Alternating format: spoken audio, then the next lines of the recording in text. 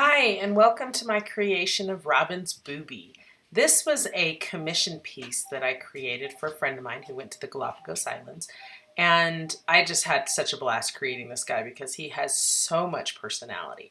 But anyway, I start with the eyes, and this is something I like to do with all of my animals because I like them to watch me create them. It gives me a sense of responsibility, and I don't know, it just feels right that they come alive as soon as you put the eyes on. So what I'm doing here is using pre-strung beads with full strength tacky glue to glue them down, and that creates lines that are kind of easy to follow instead of using the Art Edge product to do that. You can accomplish the same thing a little bit easier and faster with Art Edge.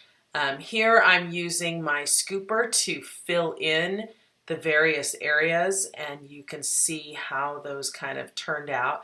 And then his face needs a little bit more detail on it. So here I am using the pre-strung beads, and I like to lay them down with the string inside in the glue and then pull the string out. And you're going to see that right here. I use the back of my tweezers as a tool to get in those little bitty spots that I can't seem to get into otherwise. And then I hold the end and pull the string out.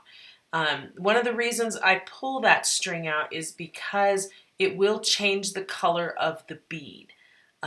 Also, if you trim the string, it will also make it really hard to have anything left to work with for the rest of the strand.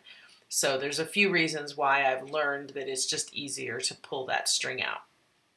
Now here I'm working on his feet, and I'm doing the same technique with his feet that I did with his beak, where I'm going to use the pre-lines and then I'm going to fill them in with the regular beads. So I use dagger beads on his toenails, which I happen to have exactly the right color, which was a lot of fun. And then I'm using those pre-strung beads on Hank's to create the lines, and I'm laying them right on top of the lines that I drew. Now here I'm starting to put his feathers down. And when you do the feathers on the edge, they're a little bit challenging because you don't want them to look uniform. And I'm also using a lot of varieties of beads for this. So I'm using different shades of white in different lengths, and I'm hanging them over the edge. This also helps to camouflage the edge of whatever your background is. So I'm laying a line of glue, and I just begin putting beads into that glue one at a time.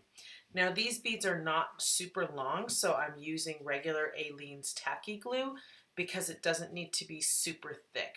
But if you notice, I'm using various lengths of glue to create this effect. And they're all white bugle beads. I'm using various lengths of bugle beads. They're all white, but they are different, and they create a really great look. Some are clear, some are white, some are twisted, some are opaque. And then I'm going to continue just working my way up. Now, if you notice, I did not use any paint behind this. This is done with me freehand determining the colors. And part of the reason for that is because the background is mainly white, and I don't want any color to show through that. But I do use paint on other pieces that have darker opaque backgrounds because you don't want the white peeking through the darker colors. So here I'm using some metallic colors to finish creating his feathers. Now before, where I was layering the feathers on top of each other, here I'm actually laying them next to each other. This gives a completely different effect, and it's a very flat effect, and you can use it to great purpose. I like to use it to create depth in my pieces. So I will continue to lay the pieces next to each other flat on the background versus laying them on top of each other in a layering effect, which is what I was doing before. Now I do place them in the wrong places sometimes. Here you can see I'm moving them from one place to the other. You'll also notice that I tend to wipe my tweezers often. And that's important because they do get sticky with the glue, and I want to make sure that they don't stick and get frustrating. So I will take them off. And also, if I pour too much glue, I will dip them into the area with the excess glue and then put them down. You don't want to have too much excess glue. Even though it dries clear, you don't want it to look hazy or look like the glue is clumped on. So I have just kind of gotten used to wiping it with my finger, and then luckily the glue comes off my fingers very easily. Another thing that I like to do is stagger the beads so that they don't line up. So what I'm doing here is using kind of a bricking effect where I'm staggering them. If you notice, there are a few little teeny tiny holes. These are very thin bugle beads. You can also create this effect with wire. If you cut down the wire, I have been known to do that, or use wire to fill in some of those really skinny areas. Now that we're done with that, we're going to continue working toward his face. Now, when you start to get near their face, it's important that you make the beads smaller than the ones that you started with. So the other parts of his body have longer feathers, and these are going to have shorter feathers. So as you can see, I'm staggering long feathers with short feathers the closer I get to his face. And that is going to create a look of depth and more realistic look of the Booby. So I'm using regular Aleene's tacky glue here, and I'm placing these beads intermittently in between, just random. Again, I'm using multiple shapes, multiple sizes, multiple colors. And as I get close to his face, you'll notice, see how tiny these get? These are actually, they're considered bugle beads, but I kind of use them more like seed beads.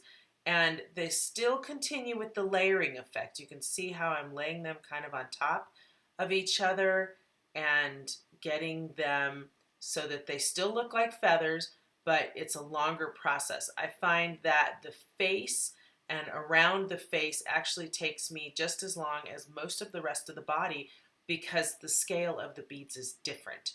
And it's just one of those processes that you need to take some extra time with to get that realistic effect with your animals. Here he is, all done. This is Robin's Booby, and I'm so pleased with the way he came out. Now, the background was not done with beads. I didn't want anything that would compete with him.